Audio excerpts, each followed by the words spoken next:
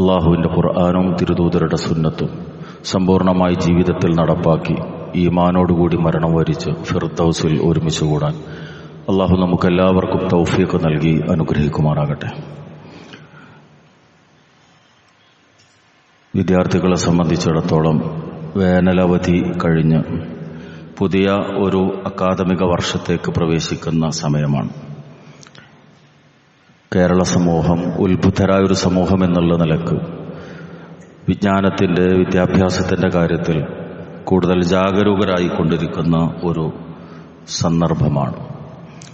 അറിവിനെ സംബന്ധിച്ചിടത്തോളം കേവലമായ ഒരു ലൗകിക ആവശ്യമായി മാത്രമല്ല പരിശുദ്ധ ദീൻ അറിവ് നേടുന്നതിനെ, വിദ്യാഭ്യാസ രംഗത്ത് മുന്നേറുന്നതിനെ നോക്കിക്കാണുന്നത് അതിനെ ഒരു ഇബാദത്തിൻ്റെ ഭാഗമായി കൊണ്ട് തന്നെയാണ്.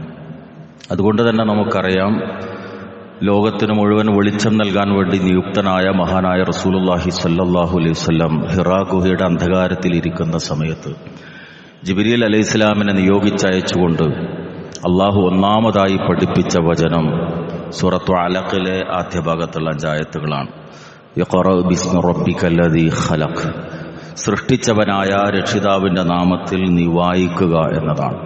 വായന അറിവിലേക്കുള്ള വാതായനമാണ്.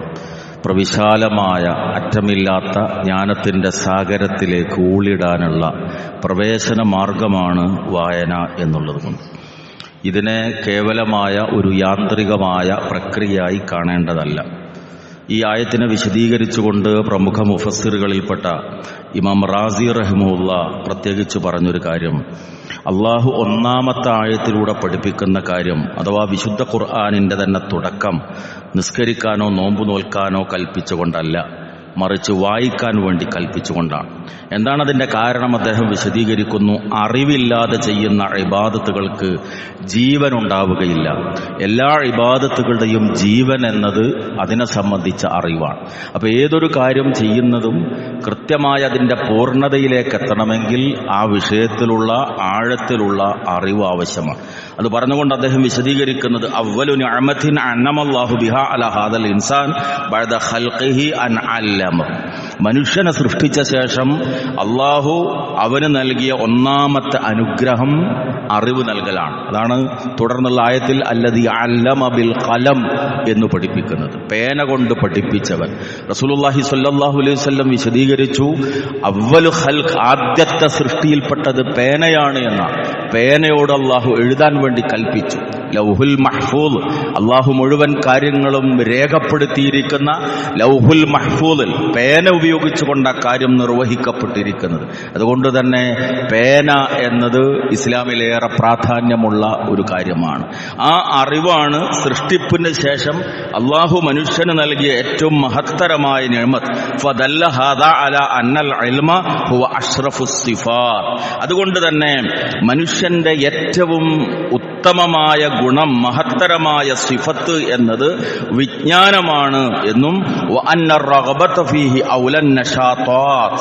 എല്ലാ വിധത്തിലുമുള്ള പ്രവർത്തനങ്ങൾ അതിൽ ഏറ്റവും ഉത്തമമായത് ഈ അറിവ് നേടിയെടുക്കാനുള്ള ശ്രമമാണ് എന്നും ഇമാം റാസി റഹിമഹുല്ലാഹ് ഈ ആയത്തിനെ വിശദീകരിച്ചുകൊണ്ട് രേഖപ്പെടുത്തുന്നു.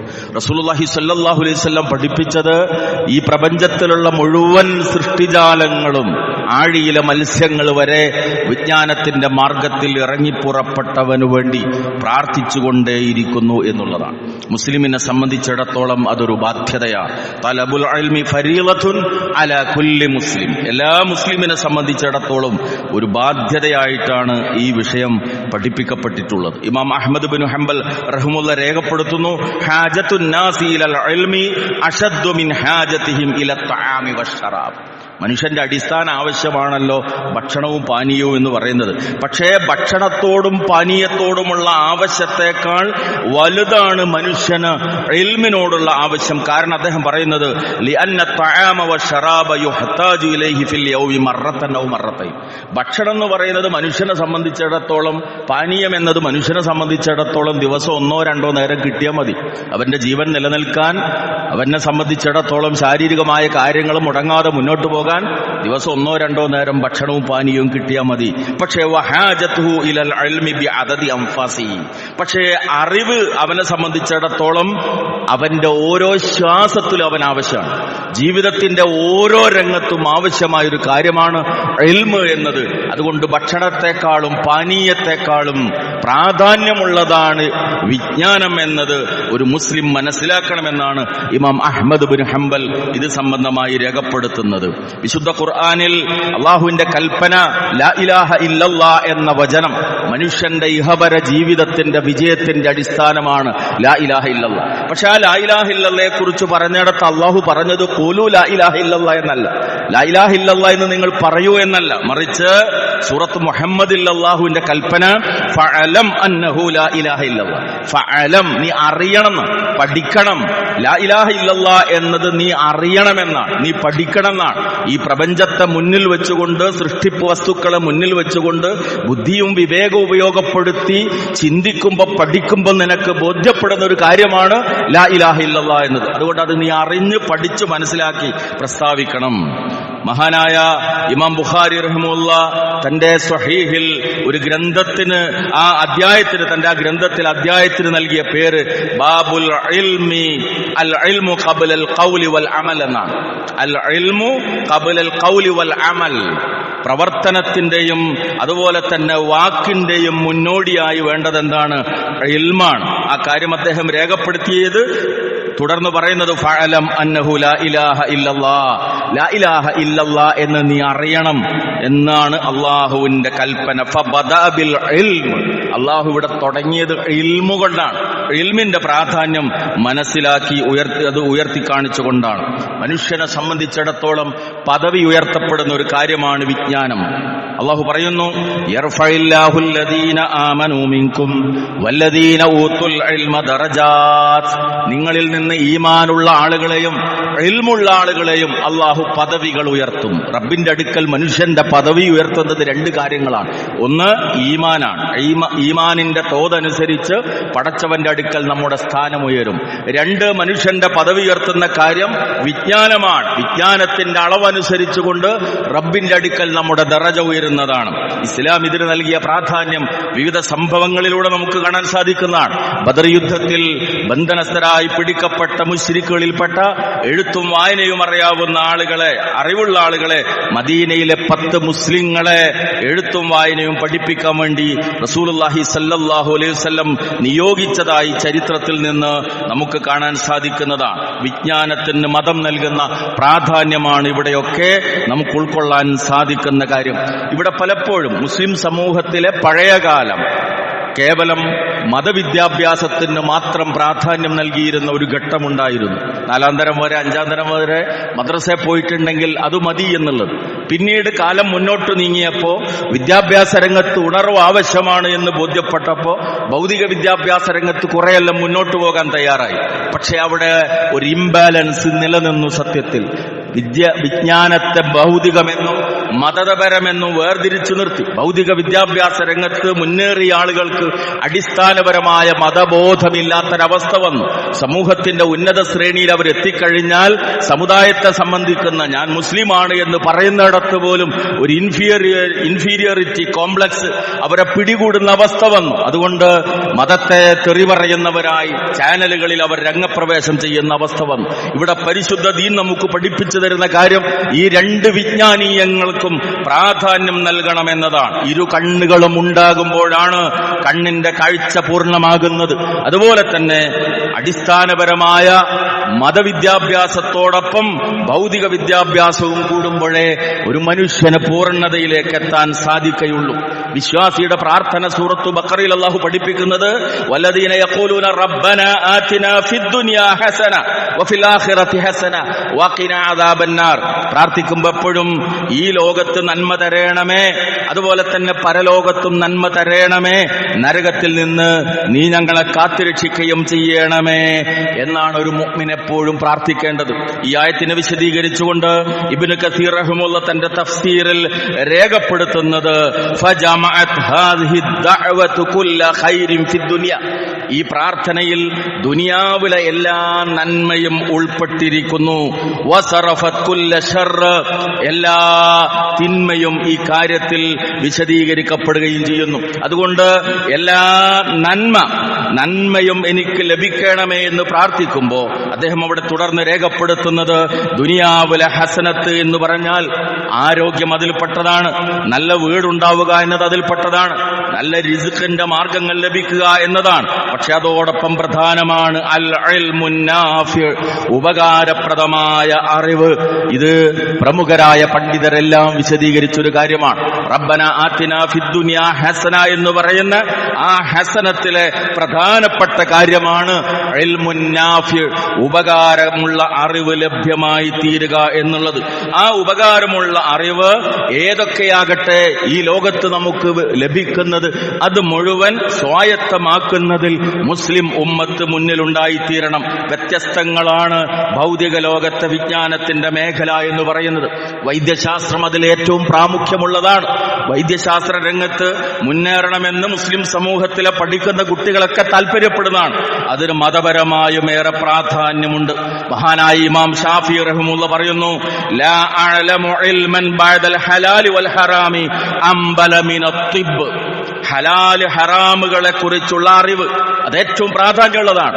എന്നെ സംബന്ധിച്ചിടത്തോളം ജീവിതത്തിൽ എന്താണ് ഹലാല് എന്താണ് ഹറാമ് എന്ന കൃത്യമായ ധാരണ ഓരോ വ്യക്തിയും ഉണ്ടാകണം. ഇമാം ഷാഫി റഹിമഹുല്ലാഹ് പറയുന്നു, ഹലാല് ഹറാമുകളെ കുറിച്ചുള്ള അറിവ് കഴിഞ്ഞാൽ എന്റെ അഭിപ്രായത്തിൽ ഏറ്റവും പ്രധാനപ്പെട്ട അറിവ് എന്ന് പറയുന്നത് അത്തിബ്, വൈദ്യശാസ്ത്രത്തെ സംബന്ധിച്ച അറിവാണെന്നാണ്. കാരണം മനുഷ്യനെ സംബന്ധിച്ചിടത്തോളം ഏറ്റവും പ്രധാനമാണ് ആ അറിവ് എന്ന് പറയുന്നത്, മെഡിക്കൽ ഫീൽഡിലുള്ള വിജ്ഞാനം. അതുപോലെ തന്നെ നമുക്കറിയാം, നമ്മൾ ജീവിക്കുന്നത് ടെക്നോളജിയുടെ യുഗത്തിലാണ്. നമ്മുടെ മക്കൾ അതിൽ മുന്നേറണം. മാറുന്ന ലോകം എന്ന് പറയുന്നത് ആർട്ടിഫിഷ്യൽ ഇന്റലിജൻസിന്റെ നിർമ്മിത ബുദ്ധിയുടെ കാലഘട്ടമാണ്. മനുഷ്യന്റെ എല്ലാ മേഖലകളെയും അവിടുത്തെ പ്രവർത്തനങ്ങൾ അത് എളുപ്പമാക്കിക്കൊണ്ടിരിക്കുകയാണ്. നമ്മുടെ കുട്ടികൾ അവിടേക്ക് എത്തിച്ചേരണം. ഭാഷാ വികാസം ഒരു സമൂഹത്തിന്റെ വിദ്യാഭ്യാസത്തിന്റെ ആണിക്കല്ലാണ്. ലാംഗ്വേജ് എഡ്യൂക്കേഷൻ എന്ന് പറയുന്നത് നിരവധി സാധ്യതകൾ ഇന്ന് ആ മേഖലയിലുണ്ട്. അതുപോലെ തന്നെ മനുഷ്യനുമായി അഭേദ്യമായി ബന്ധപ്പെട്ട ഒരു തലമാണ് നമുക്കറിയാം ബിസിനസ് എന്നത്. ആ ബിസിനസ് സ്റ്റഡീസുമായി ബന്ധപ്പെട്ട് നമ്മുടെ മക്കൾ ഉന്നതിയിലെത്തണം. കോഴ്സുകൾ ഇന്ന് നിരവധി ലഭ്യമാണ്.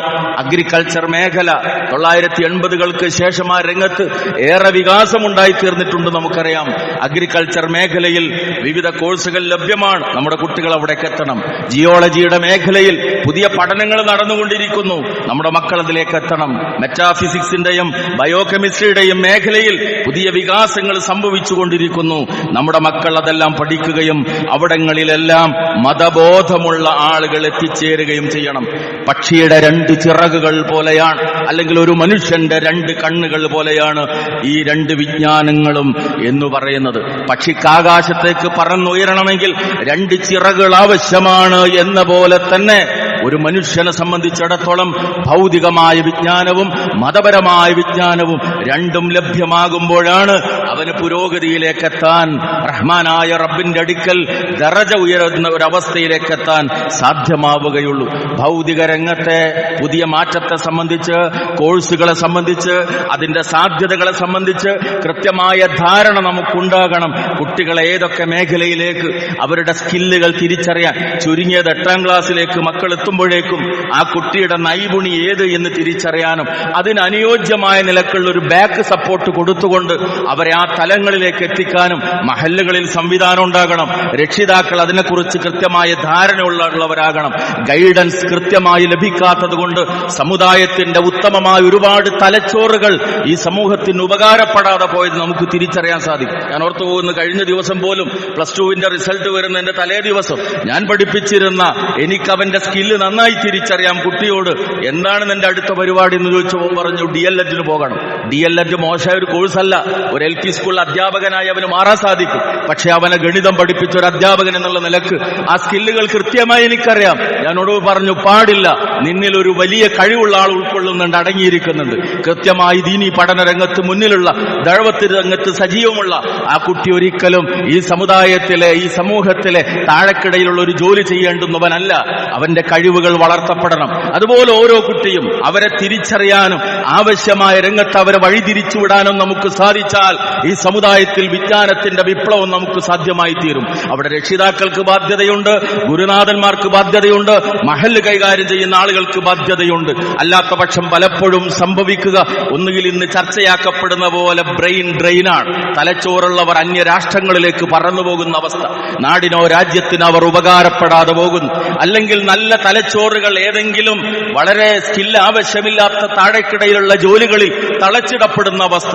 അതിനു പകരം കൃത്യമായി ഓരോരുത്തർക്കും ഈ സമുദായത്തിനും സമൂഹത്തിനും സേവനം ചെയ്യാൻ സാധ്യമാകുന്ന രൂപത്തിൽ അവർക്ക് അനുയോജ്യമായൊരു പ്രൊഫൈലിലേക്ക് അവരെത്തിക്കുക എന്നത് നമ്മുടെ ബാധ്യതയാണ്. ദീനീ വിദ്യാഭ്യാസം ഈ വിഷയത്തിൽ ഏറെ പ്രാധാന്യമുള്ളതാണ്. കാരണം ഭൗതിക രംഗത്ത് ഉന്നതിയിലെത്തുമ്പോഴും തന്റെ ജീവിതത്തിന്റെ ലക്ഷ്യം തിരിച്ചറിയപ്പെടാതെ പോയാൽ, മാതാപിതാക്കളോടുള്ള ഉത്തരവാദിത്തത്തെക്കുറിച്ച് തിരിച്ചറിയപ്പെടാതെ പോയാൽ, സമൂഹത്തോടുള്ള ബാധ്യതയെക്കുറിച്ച് തിരിച്ചറിയപ്പെടാതെ പോയാൽ അവന്റെ സർട്ടിഫിക്കറ്റുകൾ കൊണ്ടോ റൂമിന്റെ പുറത്ത് ഓഫീസിന്റെ പുറത്ത് അവൻ വെച്ച ബോർഡുകൾ കൊണ്ടോ യാതൊരു പ്രയോജനവും ഉണ്ടാകുന്നില്ല. അതുകൊണ്ട് തന്നെ ദീനീ വിജ്ഞാനത്തിന്റെ പ്രാധാന്യവും അനുബന്ധമായി നമ്മൾ മനസ്സിലാക്കണം. അല്ലാഹു വിശുദ്ധ ഖുർആനിലൂടെ പഠിപ്പിക്കുന്നത് ഇന്നമാ യഖ്ശല്ലാഹ മിൻ ഇബാദിഹിൽ ഉലമാ, തീർച്ചയായും അല്ലാഹുവിന്റെ അടിമകളിൽ റബ്ബിനെ ഏറ്റവും കൂടുതൽ ഭയപ്പെടുന്നത് അറിവുള്ള ആളുകളാണ്, വിജ്ഞാനമുള്ള ആളുകളാണ്. ഖൗഫ് കൂടണമെങ്കിൽ, തഖ്വ കൂടണമെങ്കിൽ അറിവുണ്ടാകണം. അറിവാണ് മനുഷ്യന്റെ അടുക്കൽ, മനുഷ്യരിൽ അല്ലാഹുവിനെ ഏറ്റവും കൂടുതൽ ഭയപ്പെടുന്ന ആളുകളെ സൃഷ്ടിക്കുന്നത് എന്ന് വിശുദ്ധ ഖുർആൻ സൂറത്തു ഫാത്തിർ 28-ാമത്തെ ആയത്തിലൂടെ അല്ലാഹു പഠിപ്പിക്കുന്നു.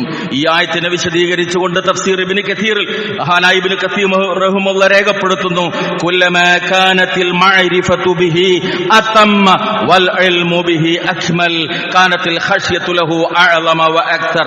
അല്ലാഹുവിനെ കുറിച്ചുള്ള ജ്ഞാനം എത്രത്തോളം പൂർണ്ണവും സമ്പൂർണവുമായി തീരുന്നുവോ അത്രത്തോളം അല്ലാഹുവിനെ കുറിച്ചുള്ള ഭയവും ആദരവും ആ മനുഷ്യനിൽ അധികരിച്ചുകൊണ്ടേയിരിക്കുമെന്നതാണ്. നമ്മുടെ മക്കൾ അല്ലാഹുവിനെ ഭയപ്പെടുന്നവരാകണം. നമ്മൾ കാണാത്ത ഇടങ്ങളിലും തിന്മയുടെ ലോകങ്ങളിലും അവരെത്തിച്ചേരുമ്പോൾ മാറി നിൽക്കുന്നവരാകണം. 10ാം ക്ലാസ് കഴിഞ്ഞാൽ, 12ാം ക്ലാസ് കഴിഞ്ഞാൽ ഹോസ്റ്റലുകളിലേക്ക് ഒരുപക്ഷെ അവരെ നമ്മൾ പറഞ്ഞയച്ചു എന്നിരിക്കും. അവിടങ്ങളിലൊക്കെ വളരുന്ന തിന്മകളിൽ നിന്ന് മാറി നിൽക്കണമെങ്കിൽ റബ്ബിനെ കുറിച്ച കൃത്യമായ ധാരണ, ബോധം അവരുടെ മനസ്സുകളിൽ ചെറുപ്രായത്തിലെ തന്നെ നട്ടുവളർത്താൻ നമുക്ക് സാധ്യമായി തീരണം. തിന്മകളിൽ നിന്ന് അകന്ന് ജീവിക്കാനും മാതാപിതാക്കളെയും മുതിർന്നവരെയും ആദരിക്കാനും അല്ലാഹുവിനെയും റസൂലിനെയും തിരിച്ചറിയാനും ജീവിതത്തിന്റെ ലക്ഷ്യമെന്ത് എന്നത് മനസ്സിലാക്കി മുന്നോട്ട് നീങ്ങാനും അകക്കണ്ണുള്ള കാഴ്ചപ്പാടുള്ള ഒരു തലമുറയുണ്ടാകണമെങ്കിൽ ഈ ദീനീ വിദ്യാഭ്യാസത്തിന് പ്രാധാന്യം നൽകപ്പെടണം. അല്ലാഹുവിനെ സംബന്ധിച്ചിടത്തോളം ഒരു സൃഷ്ടിയെ റബ്ബ് ആദരിക്കുന്നതിന്റെ ഭാഗമാണ് ഈ കാര്യം. റസൂലുള്ളാഹി സ്വല്ലല്ലാഹു അലൈഹി വസല്ലം പഠിപ്പിച്ചു, മൻ യുരിദില്ലാഹു ബിഹി ഖൈറൻ യുഫഖിഹു ഫിദ്ദീൻ. ഒരു മനുഷ്യന് അല്ലാഹു ഖൈർ നൽകാൻ ഉദ്ദേശിച്ചാൽ അവനെ ദീനിന്റെ കാര്യത്തിൽ അവഗാഹമുള്ളവനാക്കി മാറ്റും. പടച്ചോൻ ഒരാളോട് ഇഷ്ടം തോന്നിയാൽ അവനെ ദീനീ കാര്യത്തിൽ അറിവുള്ളവനാക്കി മാറ്റും എന്നതാണ്. മഹാനായ ഇമാം മാലിക് റഹിമഹുല്ലാഹ് അദ്ദേഹത്തെ പഠനത്തിനു വേണ്ടി മദ്രസയിലേക്ക് അയക്കുമ്പോ ഉമ്മ നൽകിയ വിഖ്യാതമായൊരു ഉപദേശമുണ്ട്. ഇമാം മാലിക് റഹിമഹുല്ലയുടെ മാതാവ് അദ്ദേഹത്തിന്റെ പഠന കാര്യങ്ങളിൽ നിർവഹിച്ച സേവനം ഗ്രന്ഥങ്ങളിൽ രേഖപ്പെടുത്തപ്പെട്ടതാണ്. എഴുതാനുള്ള ഉപകരണങ്ങൾ, അതുപോലെ പഠിക്കാനുള്ള പുസ്തകങ്ങൾ കുഞ്ഞിന് കണ്ടെത്തി കൊടുക്കുന്നതിൽ ആ മാതാവ് എത്രത്തോളം വലിയ പങ്കുവഹിച്ചു എന്നത് മകൻ അവർ നൽകിയൊരു ഉപദേശങ്ങളിൽപ്പെട്ടതാണ്. ഇദ്ഹബ് ഇലാ റബിയ, മോനെ നീ നിന്റെ ഗുരുനാഥനായ റബിയയുടെ അടുത്തേക്ക് പോകണം. എന്നിട്ട് ഫതഅല്ലം മിൻ അദബിഹി ഖബ്ല ഇൽമി, ഗുരുവായ റബിയയുടെ അടുക്കൽ നിന്ന് ഇൽമു പഠിക്കുന്നതിന് മുമ്പ് നീ ആദ്യം പഠിക്കേണ്ടത് അദബാണ്. അദ്ദേഹത്തിന്റെ ജീവിതം നോക്കിയിട്ട്, അദ്ദേഹത്തിന്റെ സ്വഭാവം, അദ്ദേഹം ജീവിതത്തിൽ കാണിക്കുന്ന നല്ല ശീലങ്ങൾ, അച്ചടക്കബോധം, ഇതൊക്കെ കണ്ടുകൊണ്ട് നീ പഠിക്കണം. ഇവിടെ ഗുരുനാഥന്മാർക്ക് വലിയൊരു ബാധ്യതയുണ്ട്. ആധുനിക വിദ്യാഭ്യാസം പറയുന്നത് values are not to be taught but to be caught എന്നാണ്. മൂല്യങ്ങൾ എന്ന് പറയുന്നത് പഠിപ്പിക്കപ്പെടാനുള്ളതല്ല, അത് ക്യാച്ച് ചെയ്യാനുള്ളതാണ്, സ്വാംശീകരിക്കാനുള്ളതാണ്. വളരുന്ന തലമുറ വാല്യൂസ് ഗുരുനാഥന്മാരിൽ നിന്ന് കണ്ടു പഠിച്ചുൾക്കൊള്ളണം. ആ രൂപത്തിൽ മാതൃകയാകാൻ അധ്യാപകർക്ക് സാധ്യമായി തീരണം. ഏതായിരുന്നാലും അറിവിനോടൊപ്പം അവിടെ ഏറ്റവും പ്രധാനം അദബ് എന്നത് ഇസ്ലാം ഇവിടെ നമുക്ക് ബോധ്യപ്പെടുത്തി തരുന്ന കാര്യമാണ്. കേവലം സർട്ടിഫിക്കറ്റുകൾ മാത്രമല്ല, A+ന്റെ എണ്ണം മാത്രമല്ല, മറിച്ച് മൂല്യബോധമുള്ള, സംസ്കാരമുള്ള ഒരു തലമുറയെ സൃഷ്ടിച്ചെടുക്കുക എന്നതാണ്. ഈ ബാധ്യതകളെ സംബന്ധിച്ച കൃത്യമായ ഓർമ്മയും ധാരണയും അതിനനുയോജ്യമായ ഒരു പ്ലാനിങ്ങും നമുക്കുണ്ടാകണം. കാലം പ്രത്യേകിച്ചും അതാണ് നമ്മോട് ആവശ്യപ്പെടുന്നത്. റഹ്മാനായ നാഥൻ അറിവിനെ സ്നേഹിക്കുന്ന, അറിവ് പഠിക്കാൻ താല്പര്യം നിലനിർത്തുന്ന, അറിവ് നൽകുന്നതിൽ ആനന്ദം കണ്ടെത്തുന്ന യഥാർത്ഥ വിശ്വാസികളിൽ ഉൾപ്പെടുത്തി നമ്മെ എല്ലാവരെയും അനുഗ്രഹിക്കുമാറാകട്ടെ.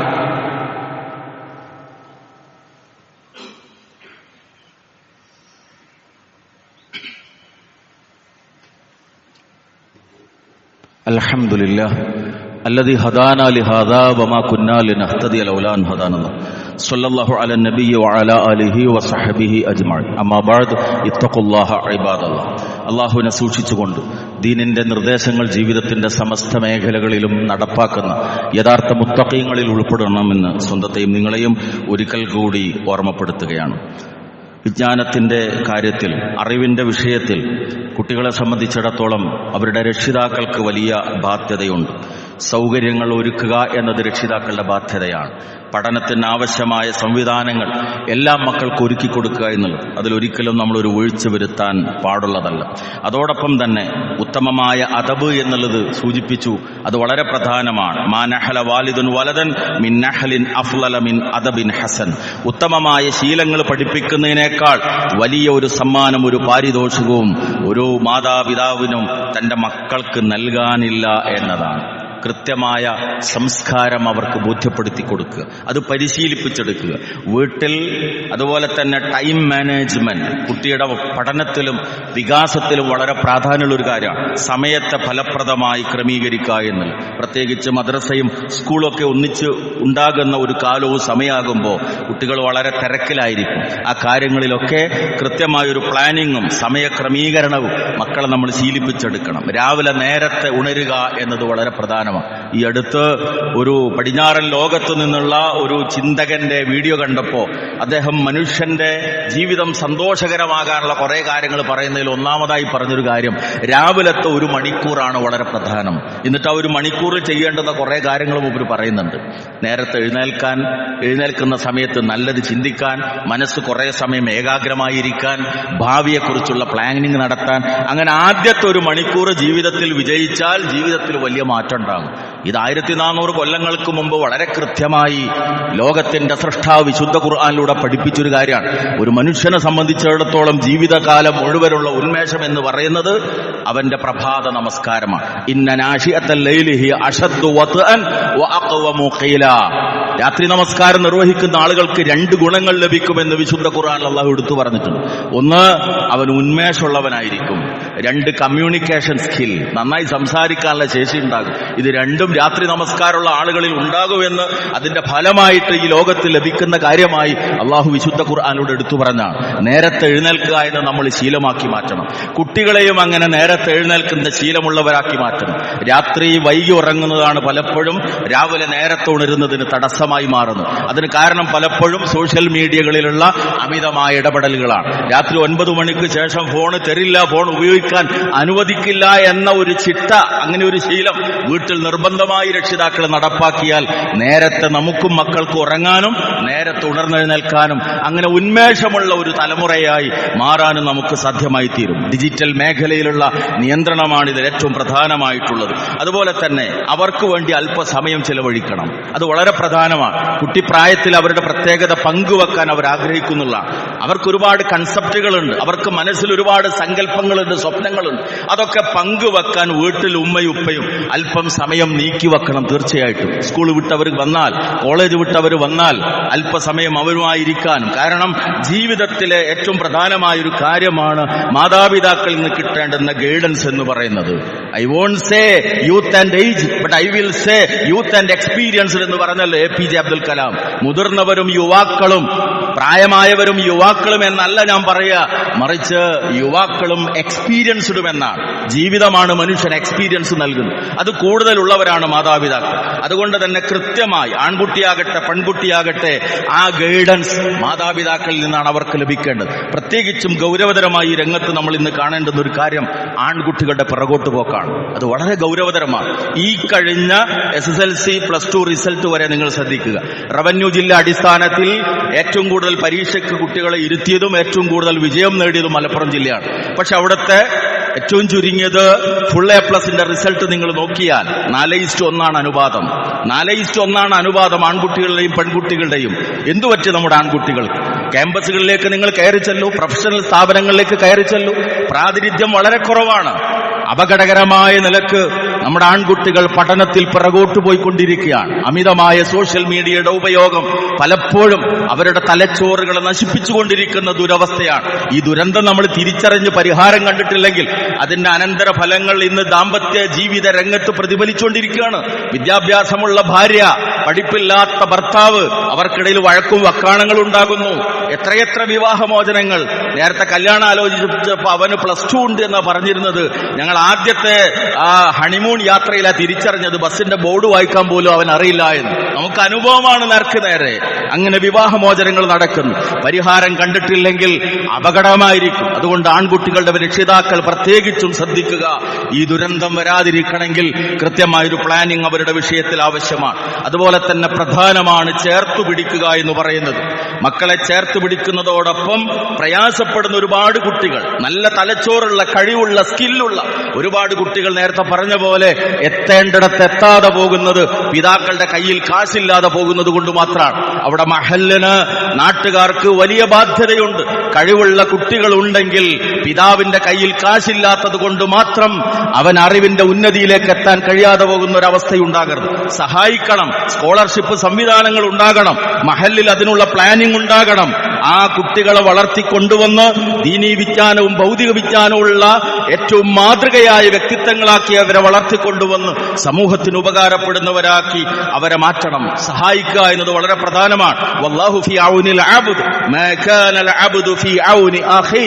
തന്റെ ഒരു സഹോദരനെ സഹായിച്ചുകൊണ്ടേയിരിക്കുന്നിടത്തോളം സമയം ആ മനുഷ്യനെ സഹായിച്ചുകൊണ്ട് റബ്ബുണ്ടാകുമെന്ന് റസൂലുള്ളാഹി സ്വല്ലല്ലാഹു അലൈഹി വസല്ലം പഠിപ്പിച്ച കാര്യമാണ്. അതുകൊണ്ട് ഈ രംഗത്തും പ്രത്യേകമായി നമ്മുടെ ശ്രദ്ധയുണ്ടാകണം. അങ്ങനെ ഒരു ഖൈർ ഉമ്മത്തായി, അറിവിനെ സ്നേഹിക്കുന്ന, റബ്ബിനെ ഭയപ്പെടുന്ന, സുന്നത്ത് ജീവിതത്തിൽ നടപ്പാക്കുന്ന, മറ്റേതൊരു സമൂഹത്തിനും മാതൃകയാകുന്ന ഒരു ഉമ്മത്തായി നമ്മൾ മാറാൻ ബോധപൂർവമായ ചില അധ്വാനങ്ങൾ ഇനിയും നമുക്കാവശ്യമാണ്. അതിലേറ്റവും പ്രധാനം വിദ്യാഭ്യാസ രംഗത്തുള്ള നമ്മുടെ മുന്നോക്കമാണ്. ഒരു പുതിയ അക്കാദമിക വർഷത്തേക്ക് പ്രവേശിക്കുമ്പോൾ ഈ രംഗത്തെല്ലാം കൃത്യമായ കാഴ്ചപ്പാടുകളും സമീപനങ്ങളും നമുക്കുണ്ടാകണമെന്ന് പ്രത്യേകം ഓർമ്മപ്പെടുത്തുകയാണ്. റഹ്മാനായ നാഥൻ ദീന് പഠിക്കാൻ, ദീന് ജീവിതത്തിൽ പകർത്താൻ, എല്ലാ വിഷയങ്ങളിലും മാതൃകയായി ജീവിക്കാൻ നമുക്ക് ഈമാനും ഇഖ്ലാസും ഇൽമും നൽകി അനുഗ്രഹിക്കുമാറാകട്ടെ.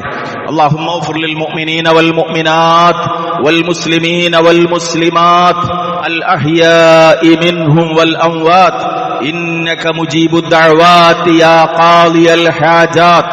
ربنا هب لنا من أزواجنا وذرياتنا قرة أعين واجعلنا للمتقين إماما. ربنا زدنا علما. ربنا زدنا علما. ربنا زدنا علما.